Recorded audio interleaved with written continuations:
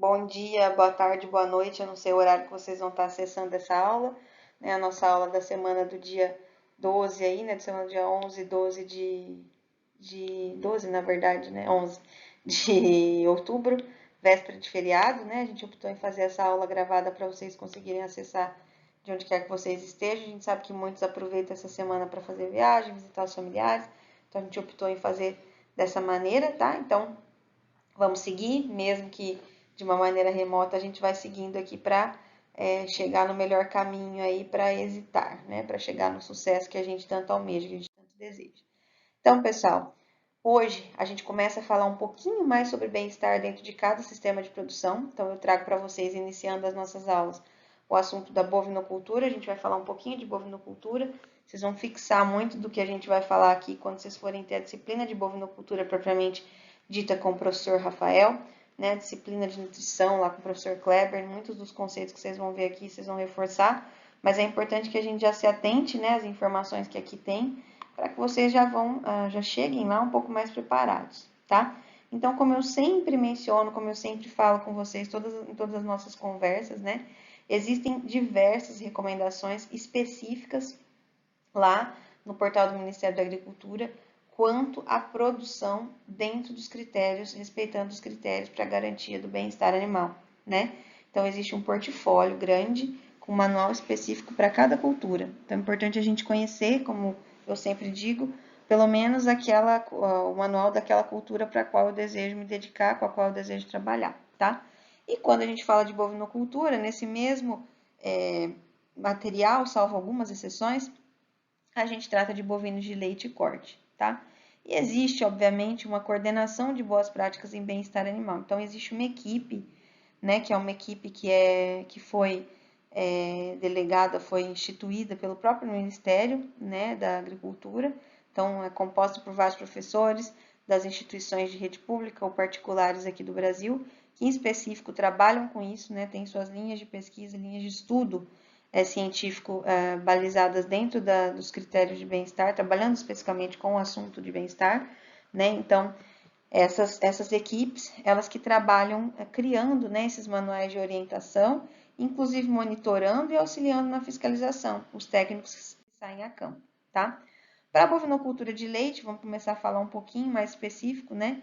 Uma das áreas da produção animal que a gente tem um pouco mais adiantado, né? Esse conceito de bem-estar animal, né, falando em bovinos, né? A gente tem um guia orientativo para a elaboração do plano de qualificação de fornecedores de leite, que a gente chama de PQFL, tá?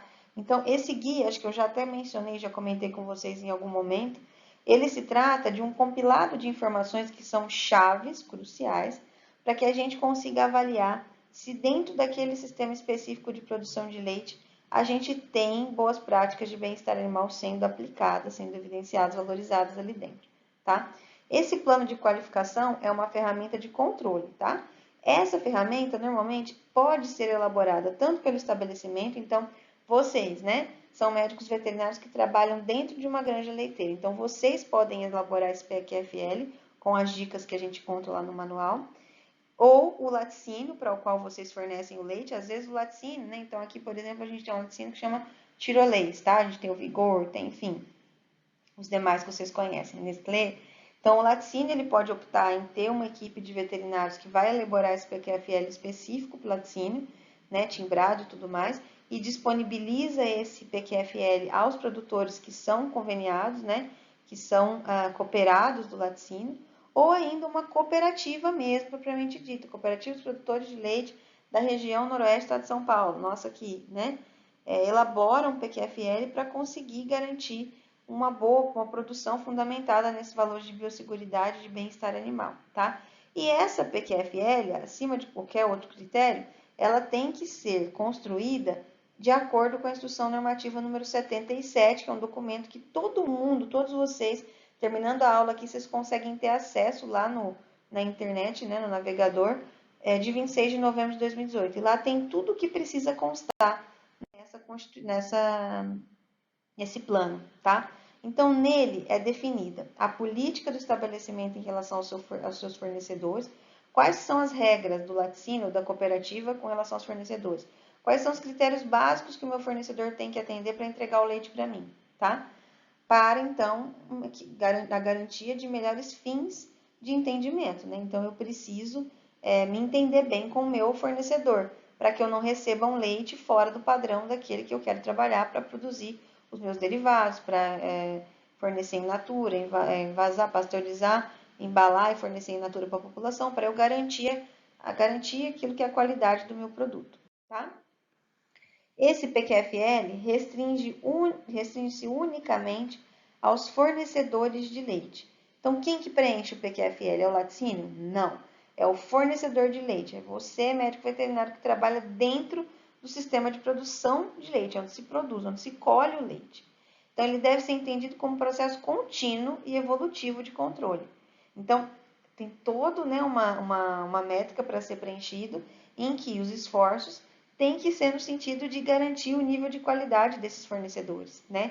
Eu tenho que garantir o máximo de qualidade dentro de cada etapa do sistema de produção, tá? E aí, sempre que for preciso, obviamente a gente vai dando pontuações para cada um dos setores da granja de leite, né? Setor de manejo de bezerro, setor de ordenha, setor de manejo de fêmea de pré-parto, setor de manejo de vaca seca, cuidados com machos, farmácia, a sala de ordenha propriamente dita, sala do leite, né, onde a gente tem a ordenhadeira, enfim. Então, tudo isso tem que ser monitorado e onde for necessário eu vou instituindo os pontos de melhora. Ó, aqui, preciso melhorar a higiene da minha sala de ordenha, né? Vamos colocar um dispenser aqui com sabão líquido e um dispenser de papel toalha para o ordenhador higienizar com frequência, né, as mãos durante o processo de ordenha das vacas.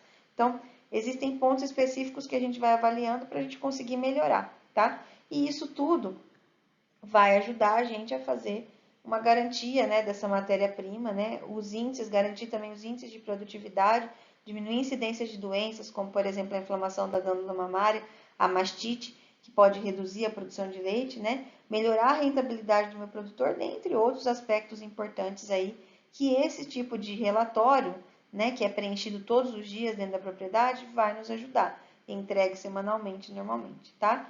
Além disso, existem os relatórios de auditorias. O que são essas auditorias? Então, eventualmente, né, num dia não específico e num dia não comunicado com antecedência, normalmente é assim, olha, amanhã cedo a gente vai estar aí, né, hoje à noite liga avisando que amanhã cedo vai fazer uma auditoria, um técnico, um veterinário, contratado por uma empresa terceirizada ou pelo próprio laticínio ou cooperativa, vai até cada uma das propriedades dos produtores parceiros, que são fornecedores, para fazer uma avaliação geral de surpresa, né? Para garantir que aquele PQFL vem sendo preenchido de forma verdadeira, tá? De forma íntegra, né? Então, ele vai lá para fazer uma avaliação surpresa e ver se vai bater com tudo aquilo que eu tenho no PQFL. Como a gente falou, né? Ele deve ser elaborado para cada unidade industrial. Então, por exemplo, se eu tenho várias plantas do meu laticínio distribuídas ao longo do Brasil, Nestlé, como é o caso, né? O que eu preciso fazer? Para cada uma dessas unidades experimentais, eu tenho que ter o meu PQFL exclusivo, tá? Por quê? Porque podem existir variações nas técnicas, né? Nos procedimentos regionais. A gente sabe que no Brasil, cada região tem uma postura, né? Uma forma de produzir, um tipo de raça, um tipo de manejo. Então, cada unidade industrial é responsável por elaborar o seu PQFL, se for o caso, tá? E o estabelecimento que recebe aquele leite a granel, né, de outras empresas, tem de garantir o plano de qualificação do estabelecimento fornecedor, né? Então, ele tem que fiscalizar e ver se aquele fornecedor dele, né, aquela empresa que está fornecendo para ele, está em conformidade e harmonizado com o seu próprio PQFL, tá? Só para a gente ilustrar, né? Essa aula vai gravada, segue gravada para vocês, mas vocês conseguem acessar por esse link aqui escrito guia, né? Um guia de elaboração do PQFL. Vocês conseguem ver o que é esse plano, né? Então, vocês clicando aqui, segurando a tecla Ctrl CTRL, né? E clicando com o botão esquerdo do mouse de vocês, vocês vão conseguir acessar esse documento lá online. Tá bacana para vocês darem uma olhadinha no final dessa aula. Na bovinocultura de corte, pessoal, existe, né, uma confederação aí, né, de boas práticas de bem-estar, que trabalham com alguns parceiros, alguns veterinários autônomos, algumas empresas, né, com o objetivo de melhorar a taxa de desfrute, né? O que é a taxa de desfrute? A taxa, em outras palavras, de aproveitamento do animal dentro da propriedade, né? O quanto que aquele animal produziu durante a vida dele e quanto que foi a vida útil, né? A vida produtiva, de quanto tempo foi a vida produtiva daquele animal dentro da propriedade. Uma tradução bem rasa, tá, pessoal? Só para vocês entenderem. Então, reduzir o medo, reduzir chance de lesões e acidentes com aqueles animais durante o processo de manejo, melhorar condições de ambiência, né? Estimular sistemas silvopastoris, que são aqueles sistemas que agregam produtividade à propriedade, né? A gente vai produzir além do que produtos de origem animal, como também alguns produtos oriundos da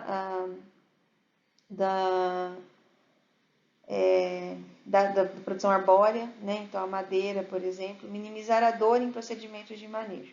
Tá? Então, o que é o foco, né, do trabalho dessas associações com esses profissionais, com esses técnicos? Atuar principalmente nessas fases aqui, né, que foram das fases que eu comentei para vocês na nossa aula de conflitos, né? Embarque, desembarque e transporte. O embarque, desembarque e desembarque estão dentro aqui do transporte, né? Que são momentos em que normalmente a gente tem quedas, lesões graves, né? O animal pode se perder naquele processo. A atualização da Instrução Normativa número 3 de 2000, que fala sobre abate humanitário.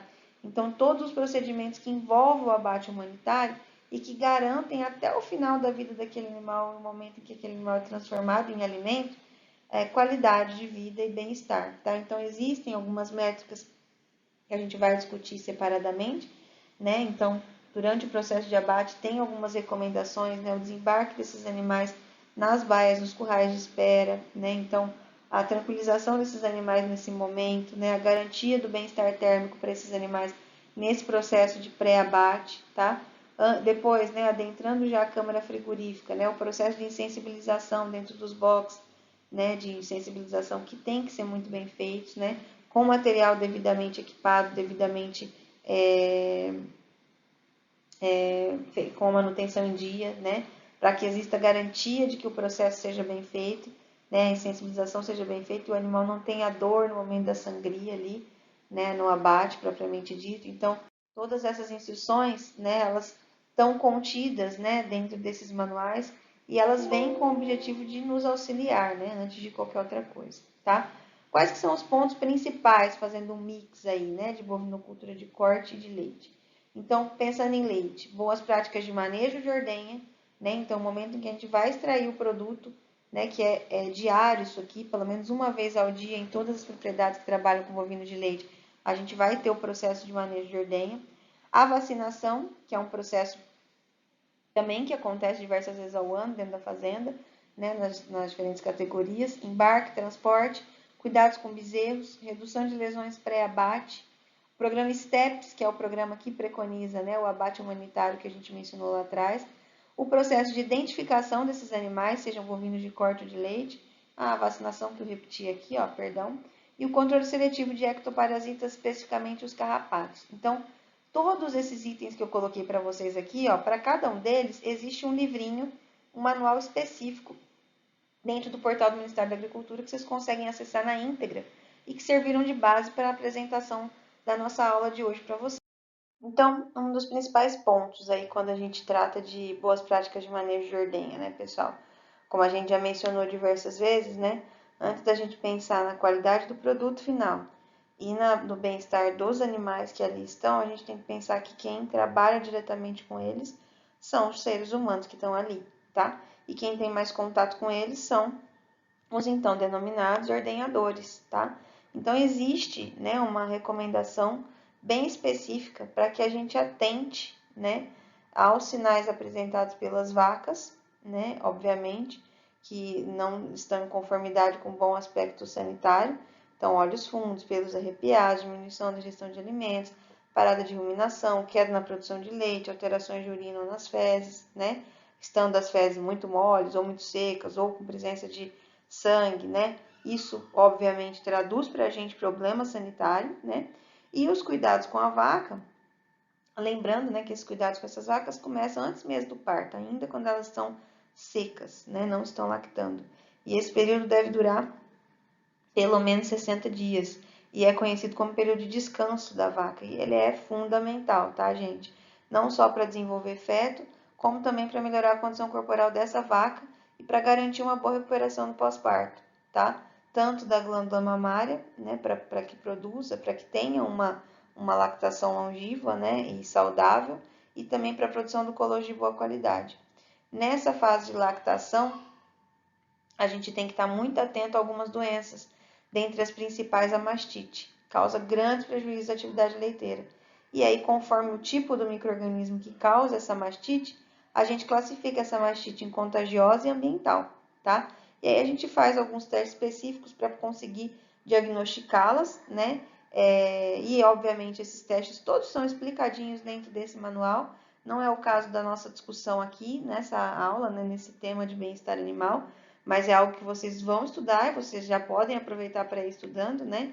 E lembrar, obviamente, que o ordenhador, pessoal, sempre deve estar em dia com a sua higiene pessoal e também com os cuidados da sua saúde, né? Então, é uma responsabilidade também do empregador, né? Garantir a realização de exames de rotina desse funcionário, já que a rotina de trabalho dele é bastante intensa, então, garantir que numa semana determinada, a cada 6 meses, a cada 12 meses, de acordo com a recomendação médica e o status de saúde daquele funcionário, daquele colaborador, né? Um período para que ele possa fazer os seus exames de rotina, né? Sempre lembrando que para esse trabalhador, para esse colaborador, em se tratando de uma pessoa que está em contato direto com vacas leiteiras, é importante a gente fazer os testes de brucelose e tuberculose, tá? Aí, pessoal, para garantir que, independente do sistema, a gente tenha cuidados sanitários que são chaves, que é preconizado, né? Que a gente, como técnico, institua um procedimento básico operacional de higiene. Então, toda sala, para toda instalação, a gente vai ter, né, um aviso, um quadro de aviso, que vai dizer o que aquele funcionário tem que fazer ao chegar. Se paramentar, vestir a roupa adequada, né? Higienizar as mãos, quantas vezes por dia, de que maneira higieniza as mãos, como que lava as mãos entre os dedos, né? Na palma, nas costas da mão, né? Então, entre as ordenhas e durante essas ordenhas, né? Lavar as mãos depois de ir ao banheiro, manter sempre cabelos presos, unhas muito bem aparadas, a gente não pode ter excesso de unha de tal maneira que possa acumular micro-organismo e sujeira ali. Então, usar sempre roupas, aventais e botas limpas, que também é uma obrigação do empregador, associado com a fiscalização do técnico, ou seja, vocês, tá? Tudo isso contribui para que melhore a saúde dessas vacas, consequentemente a qualidade do leite, certo? Bom, planejamento e gerenciamento da ordenha. Nossa, professora, mas até para isso, né, é necessário que a gente tenha um planejamento, principalmente, né, pessoal? Como a gente já mencionou lá atrás, os animais, de forma geral, eles gostam de rotina. Vacas leiteiras adoram rotina, né? Então, a gente precisa estabelecer uma rotina dentro daquele ponto de produção, daquele sistema de produção, né? Então, evidenciar e definir horários específicos.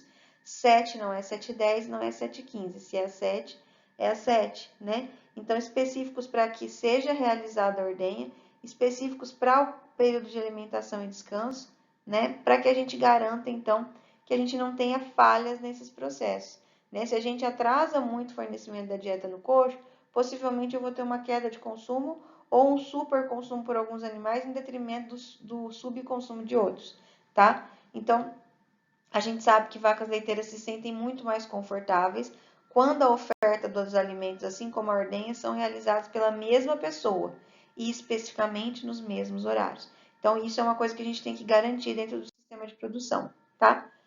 A formação de linha de ordenha, né? A gente sabe que essas vacas, elas costumam se organizar de uma maneira também muito bem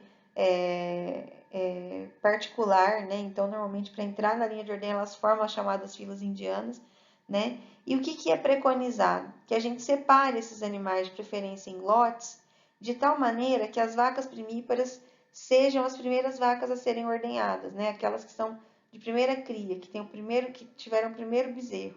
E, obviamente, né, a gente vai fazer uma triagem, a gente vai separar aquelas sem mastite, para serem as primeiras ordenhadas. Os agentes da mastite, eles podem contaminar a nossa parafernália ali, né, o equipamento de ordenha. Isso pode fazer com que outras vacas, as próximas, adquiram a doença, tá? Depois, vacas puríparas, ou seja, que já pariram mais do que um bezerro e que nunca tiveram mastite. E aí depois a gente vai passar então para as vacas que já tiveram mastite, mas que foram curadas, e as vacas que a gente tem suspeita de mastite subclínica ou diagnosticadas, né, com mastite subclínica e com suspeita ou diagnosticadas de mastite clínica, por último, né, os quintos animais a serem, a quinta categoria de animais a ser ordenhado, tá? Então, dessa maneira a gente tem que formar a nossa fila de ordenha, organizar para a entrada desses animais para a ordenha, tá? Quais são os tipos de ordenha, né? Existem vários tipos de ordenha ainda utilizados, então a ordenha manual e a ordenha mecânica são os principais, tá? O que é a ordenha manual, né? Consiste num processo em que o próprio ordenhador, em contato direto com a vaca, ele procede, né, o esvaziamento do úbere. E a ordenha mecânica é aquela que a gente utiliza aquele esquema de ordenhadeiras mecânicas, né, que é estilo um robô, e que a gente vai acoplar aqueles copos de sucção, né, a ordenhadeiras em cada teto, e aí a ordenha vai ser feita de maneira mecânica, tá? O que é muito importante, né? A gente sempre fala isso quando vai dar palestra para produtor ou mesmo para colaborador, né, de centro de produção de leite. Antes que a gente comece a conduzir os animais, tudo tem que estar pronto. Então, as porteiras, as que devem estar abertas, devidamente abertas, as que devem estar fechadas, devidamente fechadas, para que a gente evite erro no caminho, né? Então, um erro, a vaca desviou, entrou num lote de vacas, num piquete que estava fechado, que estava, enfim, deferido, né? Para ser pastejado no dia subsequente, enfim. Para evitar tudo isso, a gente precisa preparar o ambiente para que a gente consiga conduzi-las tranquilamente, sem estresse, né? Com calma, sem correria, sem gritaria.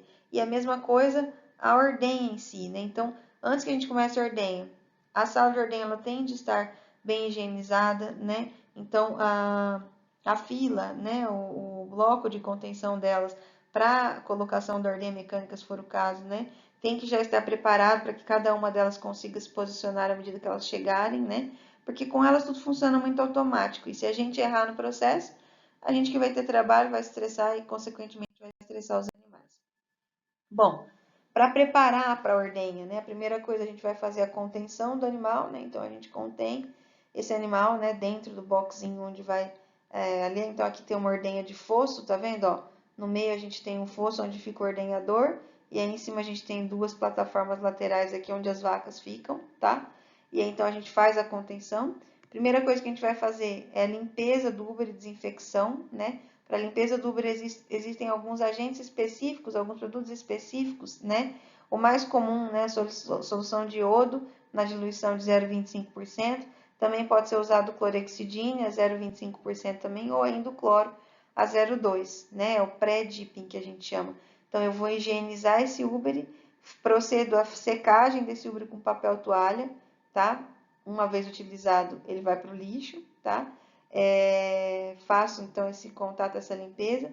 Depois posso fazer o teste da caneca de fundo preto, né? Um recipiente aqui preto, em que a gente faz os primeiros jatos de ordenha nele. E aí, se a gente observa a formação de grumos, como vocês estão vendo aqui, esses coágulozinhos, né? O talho do leite, como a gente diz, a gente tem um diagnóstico positivo aí para mastite subclínica. Ou ainda depois a gente pode fazer testes mais específicos, tá, pessoal? Aliás, para mastite, né, clínica aqui. Ou a gente pode fazer testes mais específicos, como esse daqui, que é o chamado CMT da raquete, né, que é para mastite subclínica, tá? Então, a gente usa alguns reagentes aqui e observa a formação de alguns aglomerados celulares específicos para a presença de alguns micro-organismos indesejáveis, em quantidades indesejáveis no leite, tá? Bom, para a ordenha manual, normalmente a gente utiliza bancos, né? Não é adequado utilizar a espuma do leite para untar os tetos, né? Existe o hábito, às vezes, de usar a espuma do leite da vaca anterior para untar, besuntar o teto ali antes de começar a massagem para retirar o leite, né?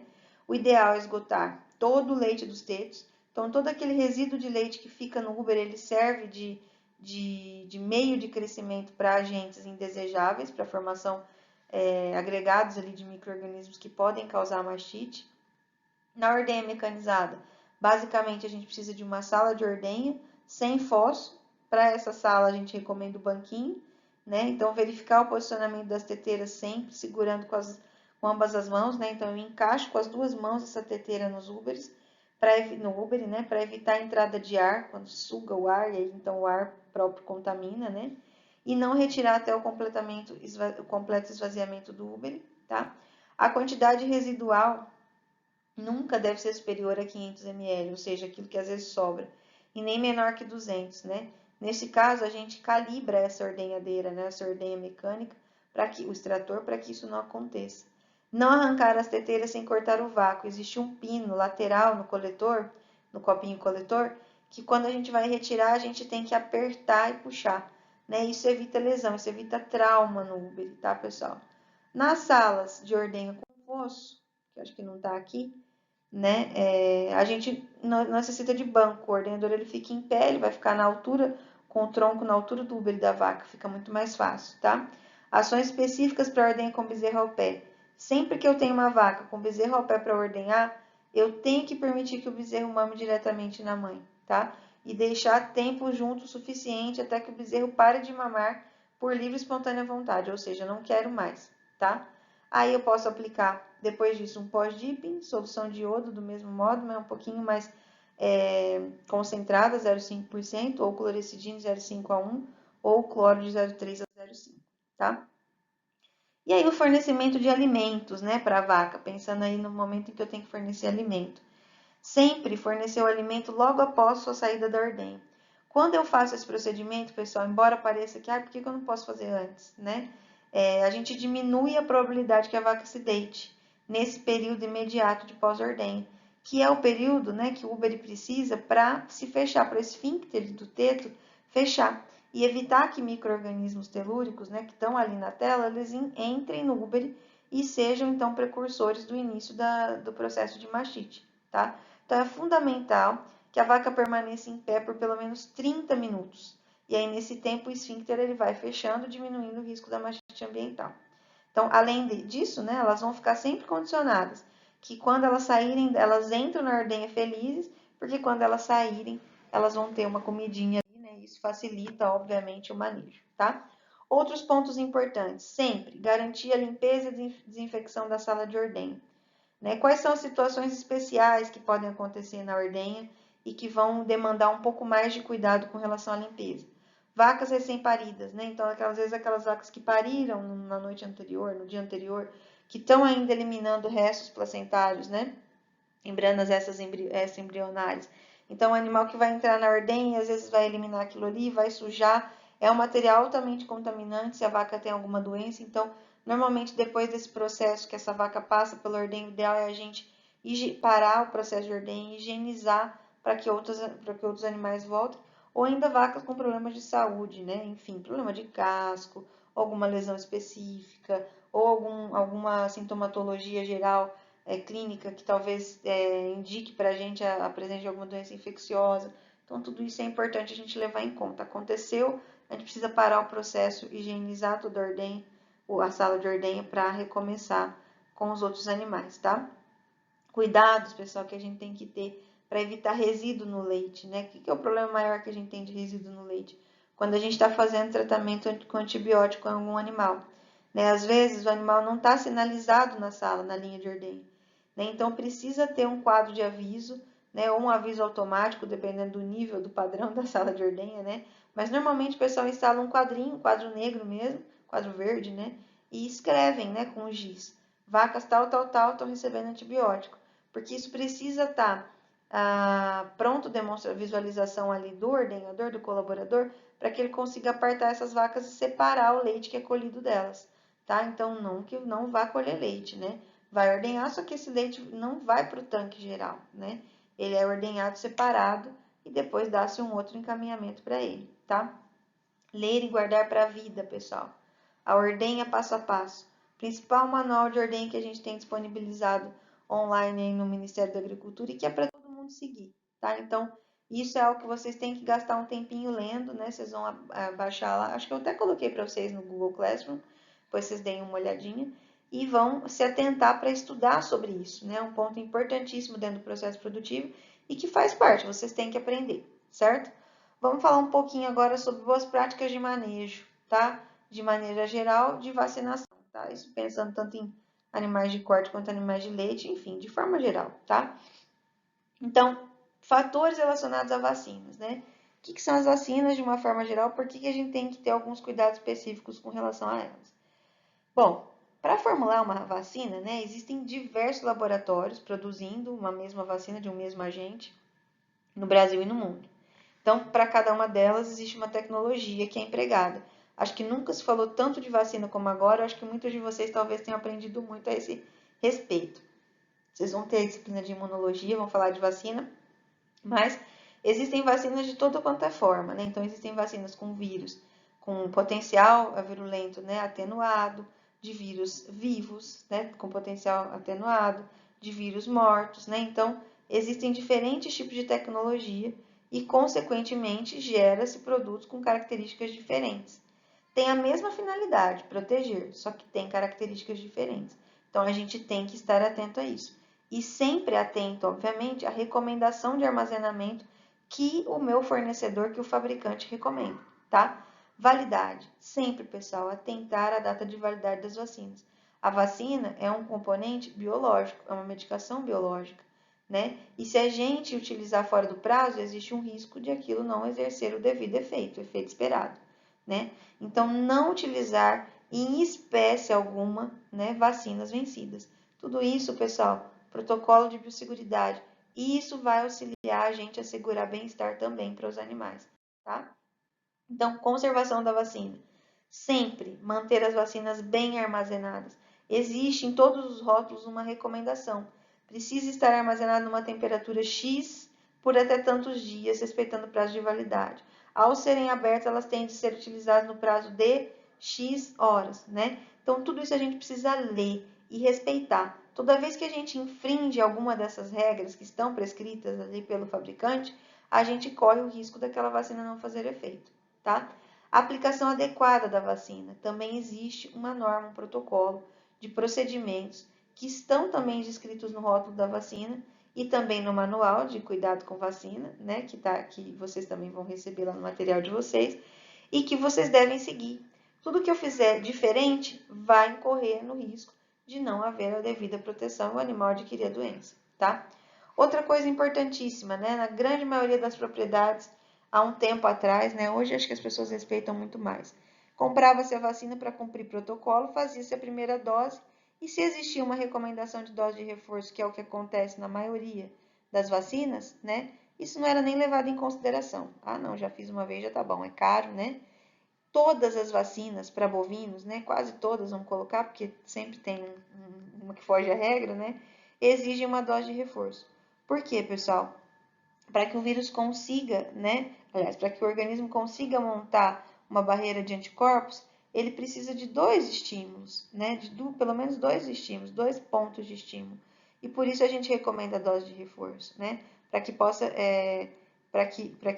os animais consigam, né, que o sistema imune se expressem de uma forma eficiente, né, e consigam se defender daquele agente infeccioso. Então, precisa de doses complementares, né, às vezes semestrais, a cada 6 meses, às vezes uma vez ao ano, né, então a gente precisa respeitar esse calendário, certo? Alguns fatores que tanto podem estar relacionados ao animal quanto ao ambiente e que pode alterar aí a questão da resposta do animal àquela vacina, né? Então, quem responde à vacina é o sistema de defesa, o sistema imunológico do animal.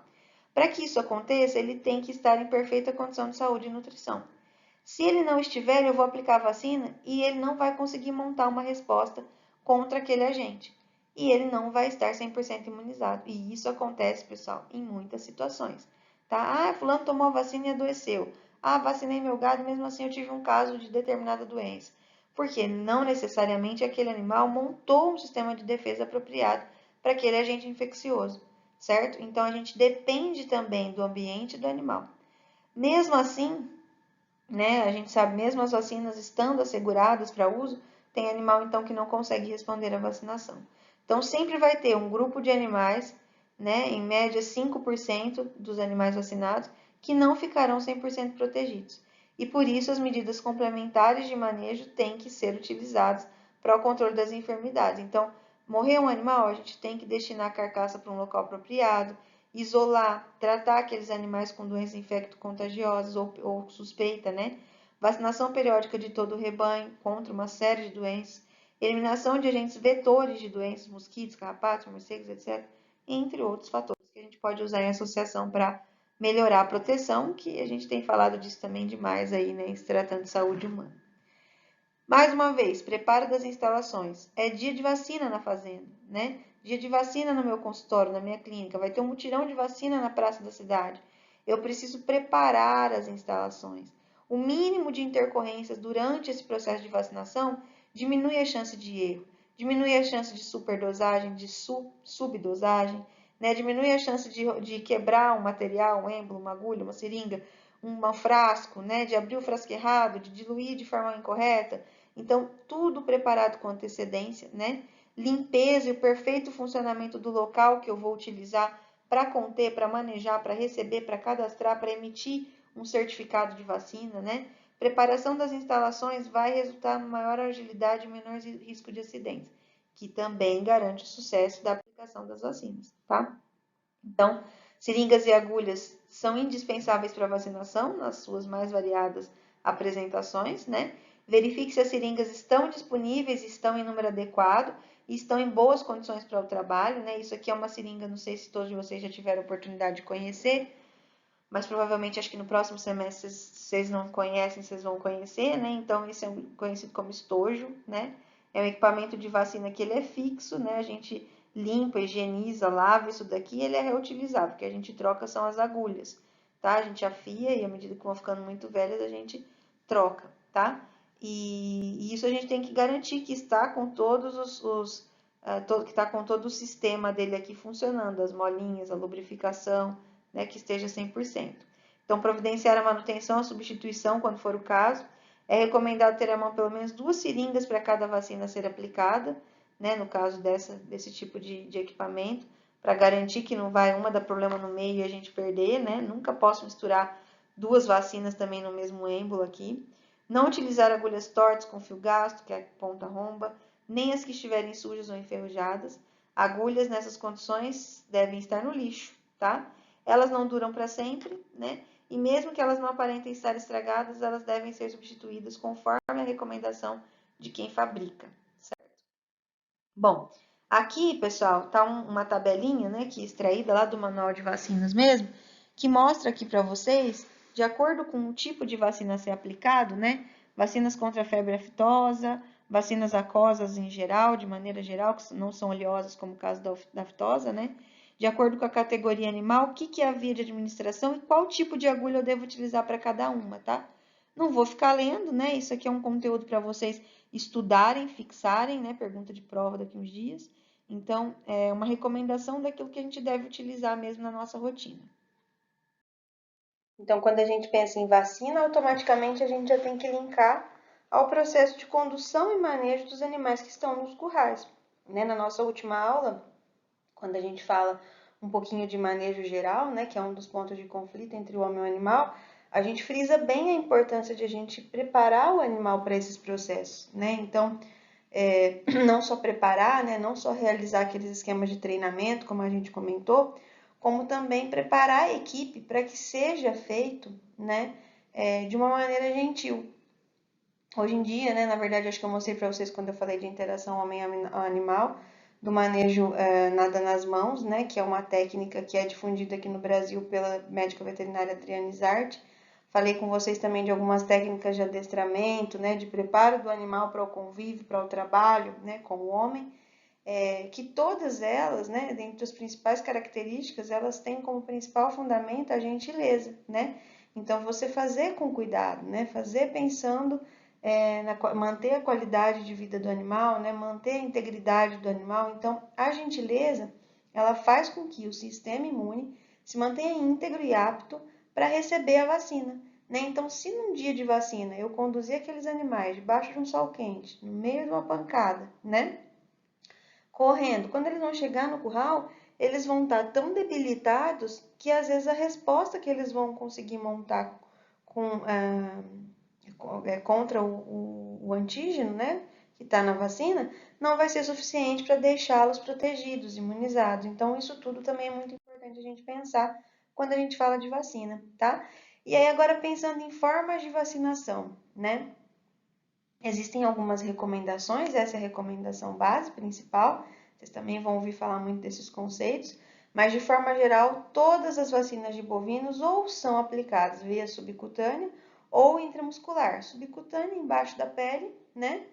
Ou intramuscular ali no músculo, propriamente dito, tá? As aplicações subcutâneas, a recomendação é que a gente faça essa aplicação sempre na tapa do pescoço, nessa regiãozinha que vocês estão vendo aqui, ó, delimitada por essa forma verde, tá? E normalmente as agulhas que são indicadas para essa região são as agulhas 10-15, 10-18 ou 15-15, tá? Então, essas são as agulhas para a gente acessar por via subcutânea nessa região de tábua do pescoço, tá? A garantia de que quando eu coloco, né, a seringa acoplada à agulha, eu vou fazer uma boa vacinação, tá? E a intramuscular, tanto pode ser realizada aqui na tábua do pé, deve ser realizada aqui na tábua do pescoço, tá? A seringa e a agulha, elas têm de estar perpendiculares, né? Que significa isso? Numa angulação de 90 graus aqui ao corpo do animal, diferente da aplicação subcutânea que a gente faz com uma inclinação um pouquinho maior, né? E o que é mais importante a gente saber? Que em nenhum momento, nunca, né, foi dito, né, e autorizado que a gente fizesse vacinação nessas partes aqui que estão marcadas em vermelho, que é algo que é corriqueiro da gente ver durante, né, manejo, mas que é incorreto, tá? Não é legal, não é apropriado, certo?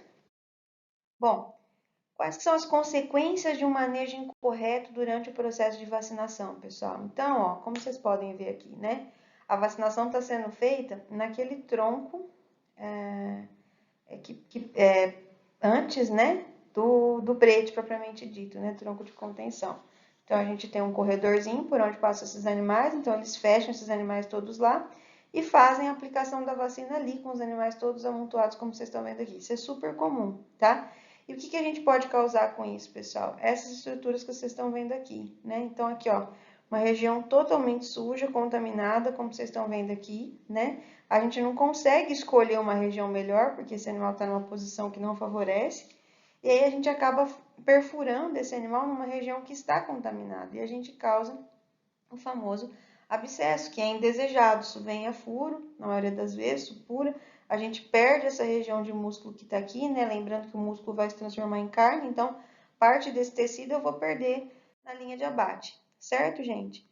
E agora a gente vai falar um pouquinho, vai tratar um pouquinho sobre as boas práticas de manejo de identificação, né? Eu acho que talvez vocês já tenham ouvido, né, nesse início de curso, se não, então a gente fala um pouquinho aqui, mas com certeza vocês vão falar de certificação, de rastreabilidade, né, nas próximas etapas aí, mas a identificação dos animais, pessoal, é um dos primeiros grandes passos para a gente ter sucesso no negócio, tá? Então, todo animal dentro de uma propriedade, ele tem de estar identificado. Eu preciso individualizar cada animal dentro do rebanho para que a gente consiga identificar problemas, né? Dar um nome aos problemas, isolar esses problemas, né? Estudar esses problemas. Ou ainda, identificar também aqueles animais com potencial elevado de produtividade, né? Então, a gente precisa saber quem é quem, em outras palavras, certo? E aí, então, existem algumas recomendações para que esse processo ele seja feito de uma forma que cause o menor risco de traumas possíveis, tá? Então, quais que são os 3 principais métodos de identificação que nós temos hoje, que são utilizados e que são previstos no Código de Boas Práticas, né? E que existe uma recomendação específica para cada um deles, tá? Uns menos, outros mais traumáticos. A tatuagem, né? O brinco, que talvez seja o que vocês conheçam mais comum, né? A marcação de fogo, que também é uma das mais antigas formas de identificar os animais, certo? Quanto à tatuagem, pessoal, então eu não sei para quem ainda não viu, né? Normalmente isso é muito utilizado em suínos, né? Ovinos, caprinos, bovinos, enfim. É um método que é considerado de fácil realização, é permanente, desde que bem feito, né? Aplicado de maneira correta, na região previamente limpa. Ele é duradouro e legível, como vocês estão vendo aqui, tá? A principal limitação é que eu preciso conter esse animal de alguma maneira, né? Segurar a cabeça, preciso de ajuda para que eu consiga identificar esse código, tá? Então, é necessária a contenção, é indispensável para que a leitura seja feita, né? E aí, então, a gente precisa de um auxílio, né, de uma estrutura para conseguir fazer a contenção desses animais, não é tão simples. Em geral, esse tipo de identificação é muito usado, pessoal, quando nasce um animalzinho, né? Então, ele ainda está em fase de crescimento, né? Vocês viram que lá na suinocultura existem alguns tipos de brincos que a gente já consegue utilizar com esses animais ainda em fase inicial, né, de desenvolvimento, e garantir, né, que vai continuar até o final, mas para bovinos é algo que ainda não funciona, perde-se, né, muito ainda. Então, a gente utiliza essa tatuagem, né? E depois, posteriormente, assim que, né, esse animal ganha um pouquinho mais de tamanho, a gente pode associar ao brinco, né? Muitas vezes utiliza-se os dois já logo de início, né? Em geral, o brinco está sempre associado à tatuagem. E se acontece de perder o brinco, como é o caso aqui, né? Tá vendo que tá só o furo? A gente vai lá e identifica pela tatuagem aquele animal, ou ainda associa, né, também a marcação a fogo, né, que é uma outra alternativa.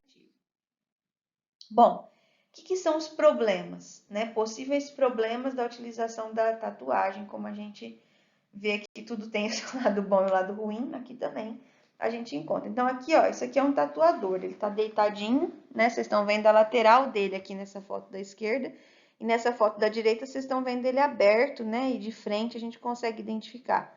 Aqui a gente roda normalmente, é como se fosse aqueles carimbos que a gente roda até chegar nos números que a gente quer, né? E aí a gente usa uma tinta, né? Um tinteiro, e coloca esse tinteiro aqui. E aí os números, eles são todos de metais furadinho.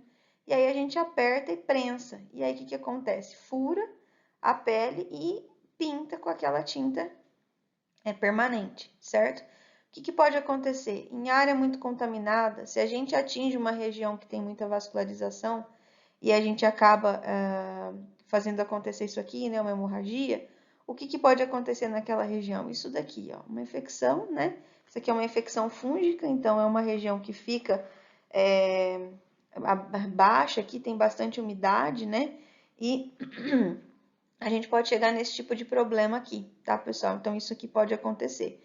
Então, lembrar sempre que se eu vou fazer a utilização da tatuagem, se eu tenho fezes na orelha do bezerro, que é algo comum, né? Como ele fica sempre ali abaixo, embaixo da mãe, às vezes tá sujo mesmo, a gente precisa limpar, jogar uma água, secar bem para poder fazer a aplicação. Que se eu perfurar, isso pode gerar uma lesão com dificuldade de cicatrização numa área muito úmida e esse tipo de situação que vocês estão visualizando aqui. Aí a gente vai para o brinco, né? Então, o brinco aqui, ó, para quem ainda não tinha visto, né? A gente tem também um aplicador que a gente encaixa o brinco e o bottom lá atrás, né? Como se fosse a tarraxa do brinco das meninas, né? E aí a gente insere e ele trava, né? Ele cria uma pressão e trava a tarraxa aqui atrás, tá? É a forma mais comum de identificação, mas a gente ainda observa muita falha nesse processo, como em quase todos os outros que a gente já viu por aqui. O problema maior é a falha na retenção, né? Às vezes, na pressa, ao invés de aplicar esse brinco no local apropriado, que é nessa região mais central, aqui abaixo, né, da maior área de vascularização, o brinco é aplicado na ponta da orelha, né, fora aqui do rumo, né? E às vezes ao enroscar em algum obstáculo, cerca, árvore, enfim, esse brinco rasga a orelha e se perde, tá? Então existe esse problema, tá? Bom, normalmente o que a gente tem estatisticamente, né? De a cada 100 animais identificados, 98 mantiveram esse brinco no prazo de 1 ano, né? E pelo menos 2 perderam o brinco, então a tatuagem nesse caso acaba nos auxiliando, tá? Então aqui, ó, nesse link vocês também conseguem acessar no final da aula, esse conteúdo vai junto com a gravação para vocês. Vocês vão conseguir observar um manualzinho com as dicas de como é que eu preciso proceder para fazer a aplicação correta desse brinco em cada animal, certo? Bom, como eu tinha mencionado, né, a gente tem que atentar para a localização, então normalmente a gente escolhe essa região mais central aqui na visualização longitudinal, né, da orelha, e aí a gente faz um traço aqui, e bem no centro desse traço é onde a gente vai fazer a aplicação, tá? Nunca sobre as nervuras. O que são as nervuras? São esses acidentezinhos que a gente tem aqui, né, nessa região auricular. E aí a gente foge delas, normalmente elas são bem vascularizadas, né, para inserir. A parte central da orelha, entre as duas principais nervuras, como eu mostrei aqui, é o local correto para a gente aplicar o brinco. E sempre, pessoal, independente da situação, eu preciso conter o animal de forma que a aplicação do brinco seja feita com o alicate posicionado aqui, ó, em pé em relação ao solo, tá? Eu nunca posso dobrar essa orelha e deitar o alicate e bater. A aplicação não vai ficar adequada e eu posso perder esse brinco. Fundamental, assim como na questão da tatuagem, a higiene, né? Sempre quando eu tenho uma orelha muito suja aqui com fezes ou o que seja, e eu não fizer a limpeza e perfurar, eu abro um caminho para o agente contaminante que está ali. E aí, olha só o que a gente pode ter, tá? Uma falha na cicatrização, com isso a gente tem os nossos parasitas queridos, as famosas moscas, né? E a gente acaba tendo o que a gente corriqueiramente chama no campo de bicheira, tá? E aí, o que acontece, né? Muitas vezes, quando a gente tem esse tipo de situação, o brinco acaba se perdendo, o furo ele aumenta em diâmetro, não consegue segurar, né? O ideal, pessoal, é que a circunferência, né, da região do brinco ali, ó, seja em torno de 6 centímetros. Se ficar maior que isso, possivelmente vai ter perda, certo?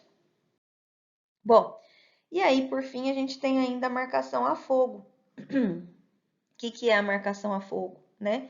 É quando a gente utiliza um metal, um ferro quente, e que a gente vai lá e marca naquele animal o número, a identificação que a gente queira, tá? Do ponto de vista do bem-estar animal, essa marcação de fogo é desaconselhada. Como a gente citou para vocês lá na aula de suinocultura, em alguns países, né, ela já foi extinta das formas de manejo geral, não é mais utilizada, tá? Principalmente quando ela é realizada em partes mais sensíveis do corpo do animal, como por exemplo no rosto, na cara, tá? Mas esse uso, né, ele é muito frequente. A gente ainda observa muito, principalmente porque aqui, por exemplo, no Brasil, a marcação na cara é obrigatória no caso do controle da brucelose, né? Então, isso acaba justificando a inclusão dessa metodologia de marcação a fogo nesse manual nosso de bem-estar, para justamente mostrar a maneira adequada como isso deve ser feito, tá? Quando ela é bem feita, ela é permanente, ou seja, para sempre eu vou ver, e ela é fácil de visualizar. Ela tem um tamanho favorável e a gente consegue enxergar nesse animal mesmo de longe. É um método que traz risco para os animais. Se a gente fizer mal feito, pode causar lesões graves com dificuldade de cicatrização, pode resultar em dor e sofrimento, né? Por isso é importante a gente saber a maneira apropriada de fazer esse manejo, tá? É importante trabalhar com grelhas e ferros de marcar de boa qualidade, tá? Não dá para ser um negócio mal feito, né? Porque dependendo de como a pessoa preparou esse marcador aqui, às vezes vai fechar essa barriguinha do R, impossibilitando que eu identifique que é uma letra R, por exemplo, tá? Além de estar em condições íntegras, sem ferrugem e tudo mais. A gente tem que ter certeza que a grelha, que é conhecido como fogareiro, né? Aquela tipo uma churrasqueirinha mesmo, a gente acende aqui, o gás fica acoplado embaixo, tá? Estejam adequados para começar e terminar o serviço na mesma temperatura aqui, tá? Então eu tenho que ter o que eu for usar para acender esse fogareiro, madeira, carvão ou gás, tem que ter em condições suficientes para eu não interromper e nem impor ao animal uma situação em que ele vai passar por dor e não vai ser suficiente aquela marcação. Eu vou ter que voltar ele no curral num outro dia para poder fazer. Detalhe importantíssimo: não utilizar em dias chuvosos, né? Quando a gente tem a pele do animal molhada, isso incorre na possibilidade de ter borrões e inviabiliza a marcação. Você faz, só que fica horrível de identificar e às vezes você tem que usar um outro método, quer dizer, 2 vezes o sofrimento. Bom, por fim, né, acho que esse é o último assunto da nossa aula hoje. A gente vai falar um pouquinho de bezerro, né, do Manual de Boas Práticas de Bezerro.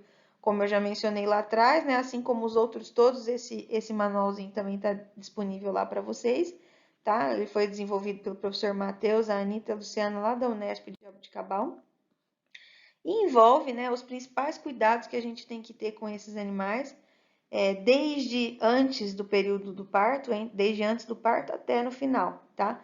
Então, primeira coisa que a gente tem que pensar, tem uma vaca prenhe, né? O que eu preciso fazer? Né? Primeira coisa, proteger o feto contra doenças que podem causar o nascimento prematuro ou ainda o aborto, tá? É recomendável, então, que eu tenha feito um exame ginecológico das matrizes, às vezes até exames laboratoriais, caso eu tenha suspeita de alguma doença naquela região, né? Assegurar que esses animais tenham passados, né, pelas vacinações que são preconizadas naquela região, Preciso avaliar os dados zootécnicos de estações de nascimento anteriores, de parto anteriores, para saber se houve algum problema, né? Eu, normalmente, o veterinário, vocês, né, vão precisar montar um calendáriozinho para cada propriedade seguir, para minimizar esse risco do aborto, da expulsão precoce, do nascimento precoce, né? E sempre que você observar um aborto, você precisa coletar o material. Quase ninguém faz isso, tá, gente? Mas é necessário coletar o material e mandar para um laboratório de exame laboratorial. Hoje, lá na nossa instituição, a gente faz isso, né? A gente tem essa possibilidade, a gente tem a professora Juliana, que trabalha especificamente com isso, né? Mas existem outros laboratórios na região aqui que também são parceiros nossos, que também realizam esse tipo de exame. Dessa maneira, eu consigo identificar com mais precisão que tipo de doença está causando aquela condição dentro da propriedade. Com isso, evita que outras situações como aquela se repitam, tá? No parto, né? O que a gente tem que ter cuidado? Vacas muito gordas ou muito magras, elas possivelmente vão ter problemas para parir, né? A relação entre parto de pé e mortalidade de bezerro é de 16,1%, enquanto que daquelas vacas que parem deitadas, mais tranquilas, é de 4,2% a mortalidade, tá? Então, assim, aquelas vacas que estão desconfortáveis, que têm algum problema, que às vezes é preciso uma intervenção e se manter em pé, a chance de haver mortalidade de bezerro é 16,1%, possivelmente porque elas têm outros problemas que acabam incorrendo no bezerro, né? E aquelas que parem mais tranquilas, deitadas, como a gente viu naquela foto da aula anterior, né? Elas vão ter uma chance de 4,2% de mortalidade, que está dentro, considerando as doenças que podem acometer esses animaizinhos recém-nascidos, neonatos, tá? Um outro ponto importante, pariu, é necessário que a gente assegure que o bezerro mame até as 3 horas do pós-parto. Professora, mas e naqueles casos, naquelas propriedades em que não há a mamada natural, né? Em que no momento em que o bezerro nasce, ele já é retirado do convívio da mãe e a mãe colocada na linha de ordenho. Tudo bem, não tem problema. Nesses casos é preciso eu coletar o colostro da vaca e fornecer para o bezerro, tá? Eu preciso fazer isso de uma forma manual, eu mesma, tá? E se eu não tenho condições de fazer isso, eu preciso ter, ou, na verdade, assim, independente se eu tenho condição ou não de colher o colostro, o ideal é que nesses casos, né, e mesmo em demais casos, a gente tenha um banco de colostro na propriedade, né? Então, colha esse material das vacas recém-paridas, né? Ordenhe essas vacas e armazene aquilo que sobra do leite para uma eventualidade, né? Um parto em que às vezes a vaca acaba indo a óbito, então a gente tem sempre o colostro ali para garantir o fornecimento dele até as primeiras 3 horas do pós-parto. Por que isso é importante, pessoal? O colostro, o diferencial, o grande diferencial do colostro é que ele é riquíssimo em anticorpos, né? Que a gente já viu lá atrás, fazem parte do nosso exército do sistema imunológico, né? Para proteger o nosso corpo de possíveis infecções. A gente sabe que o neonato, ele tem um sistema imunológico em formação, né? É um animal que quase não tem defesa, barreiras, né? Então, o que acontece? Ele recebe parte das barreiras que a mãe já tem, dos anticorpos que a mãe já tem através da ingestão do colostro, né? Tudo no bezerro, né? O intestino, ele é fisiologicamente preparado para agregar essas células de defesa e já iniciarem a proteção do bezerro a partir daí. E aí, como a gente também já mencionou lá na nossa aula anterior, turma, existe o que nós consideramos um ambiente mais apropriado, né? Vamos dizer assim, para o parto, né? Quais são as características desse ambiente? Então, ele tem que ter uma movimentação, aliás, tem que ser um ambiente tranquilo, né? Sem muita movimentação intensa. Por quê, pessoal? Porque quando tem muita coisa que distrai a mãe, isso faz acontecer uma demora no reconhecimento da mãe ao filhote. Então, o bezerro fica muito tempo sem mamar, fica ali jogado, ela não lambe, não limpa o bezerro, né? Então, é algo que a gente precisa favorecer. Tranquilidade, para que ela consiga ter olhos apenas para aquele filhote que acabou de nascer, tá? O que é o ideal a gente fazer? Formar lotes de parição, que foi o que eu falei com vocês. A gente precisa conhecer a idade gestacional desses animais, dessas fêmeas, para poder montar lotezinhos que vão parir juntos, simultaneamente, né? Porque daí a gente consegue dar uma assistência melhor, estão todas na mesma situação, né? E isso garante essa questão da ambiência para o parto, tá? Inibir presença de outros animais que às vezes estão mais arredios, mais reativos, quero dizer, né? Animais jovens, novilhas, machos, outros animais de outras espécies, equinos, porque isso vai tirar a atenção da vaca mais uma vez. vai gerar um estresse, tá? Vacas de primeira cria, pessoal. O que eu espero de uma vaca de primeira cria? Pessoal, é tudo novo, né? É um ambiente novo. Aquele animal não viveu ainda aquela experiência, é uma primeira vez. Então, para ele, obviamente, tudo vai ser um pouco mais difícil, né? Então, a gente pode esperar alguns problemas, inclusive durante o parto, né? Algum tipo de distocia, né? Então, a gente tem que estar sempre atento, com uma atenção redobrada, né? Para esses animaizinhos, tá? O que é recomendado, né? Que pelo menos 2 vezes por dia alguma pessoa, o tratador, né? Ou um dos ordenhadores, a pessoa que está ali fazendo um serviço volante, ela passe para observar esse pasto de maternidade, esse piquete, essa baia, o que seja, tá? Por quê? Precisa identificar qualquer tipo de dificuldade que essas vacas possam ter durante o parto, né?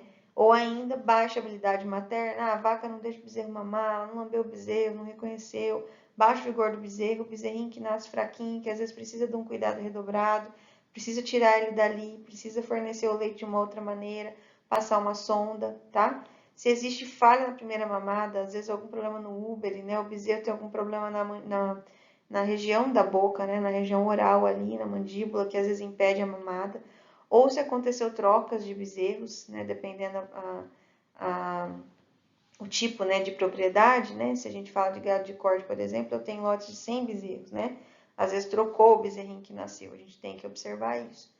Condições climáticas severas, né? Se eu tenho altas temperaturas ou temperaturas muito baixas e umidade também fora daquilo que seria o ideal, preciso prestar atenção nisso para eu melhorar a ambiência para eles.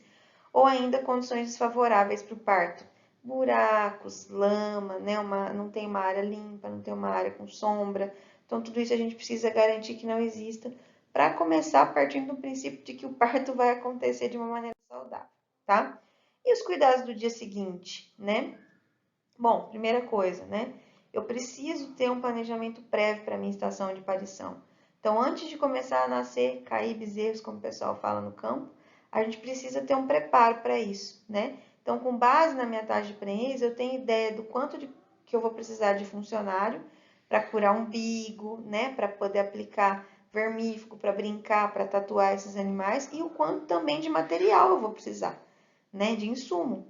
Então, eu preciso ter feito isso com antecedência para não faltar no meio do processo, não gerar um estresse, não ficar um ou outro animal sem o devido cuidado, tá? É um manejo prioritário na fazenda, né? Então, ali é que começa, né? O objetivo de uma fazenda de cria é você ter o bezerro. Então, eu preciso garantir todo o meu esforço durante esse período de estação de parição, tá? De nascimento. E garantir que ao final do manejo, sempre a vaca com o bezerro vão sair juntos, tá? Então, terminei de brincar, de fazer tudo que eu precisava com o bezerro aqui, eu preciso garantir que ele vai sair junto com a mãe, junto com a vaca. Bom, identificação, asepsia de umbigo e pesagem, né? 3 pontos-chave para o sucesso, né? Então, primeira coisa, normalmente é feita a tatuagem, como eu falei para vocês, né? O brinco, algumas pessoas já usam nesse início, outras não. O corte que recomenda-se pelo menos fazer a tatuagem. O corte do umbigo, né? Com cerca de 5 centímetros de distância ali da região abdominal. E passar tintura de iodo, né? Ou um produto em específico para umbigo, um bicura o pessoal usa no campo, tá? Existe um risco alto desse animal contrair bicheira aqui, né? Então é uma área aberta, muito vascularizada, próxima ao chão, né? Vai sujar, né? Se é macho, vai estar sempre úmido aqui, porque a gente tem o pênis próximo. Então é preciso a gente ter esse cuidado e usar uma solução específica e ficar de olho, né? Então, quanto mais vezes eu puder passar por esses lotes para identificar problema, eu preciso. A primeira mamada, né? Outro ponto-chave.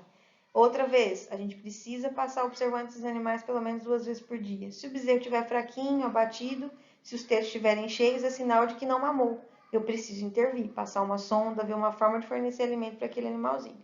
Tetos excessivamente grandes ou aqueles úteros muito pendulosos, muito compridos, dificultam, né, a mamada. Então, isso a gente precisa cuidar, né? Às vezes, de repente, tentar numa outra vaca, né? Ou fazer o fornecimento manual.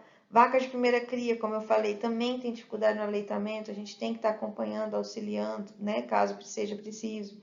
Em caso de parto gemelar, tenho 2 bezerros, o que não é comum para a espécie, né? Para bovino. Também preciso garantir que os 2 vão ter o bri para mamar. E ensinar a mamar, se for o caso, né? Conduzir até o curral de manejo, estimulo com os dedos, né? A linguinha do bezerro, coloco ele no Uber e até conseguir sair, né? Eu esguicho o jato de leite ali na boca dele para estimular ele a fazer a sucção, né? Às vezes, bezerro prematuro tem um pouco dessa dificuldade, certo? E durante o desenvolvimento, né? Eu não posso deixar de acompanhar esses animais, então vou sempre identificando aqueles que são mais fracos, foram abandonados, que têm algum tipo de bicheira, diarreia, separo os que estão muito magros, garanto a disponibilidade de água. Somente vou conduzir vacas e bezerros para um curral, por exemplo, quando ambos estiverem em condição para tal, tá? Pequenos lotes, né? O ideal é que eu trabalhe nesse momento com lotes menores, tá? Sempre a vaca acompanhando seu bezerro para evitar tumulto, tá? Registro de informações, né? Um ponto importante da gestão. É preciso eu ter sempre em mãos, né? A pessoa que está ali, né? O peão, né? O cara responsável. Caneta e bloco de anotação para anotar tudo de diferente que eu ver ali e identificar essa pontuação, essa identificação. A vaca X tem isso, o bezerro X tem isso, o bezerro X da vaca X tem isso, né? Marcar data e horário do parto, importantíssimo isso. Eu preciso depois colocar em planilha para eu poder ter a expectativa de retorno em ciclicidade, inseminação daquela fêmea, né? Ou cobertura, que seja natural. Bezerros, precisa anotar número, peso, vigor, bem como alterações e intervenções. E anotar também vacas que tiveram dificuldade para parir, para eu pensar depois, de repente, um possível descarte para uma próxima estação. Anotar também aqueles que nascem mortos ou ainda aqueles que nascem antes do prazo, já mortos também, os abortos, né? Pessoal, na aula de hoje era isso que a gente tinha para comentar. Bom trabalho, bons estudos para vocês. Aproveitem o feriado e até a próxima.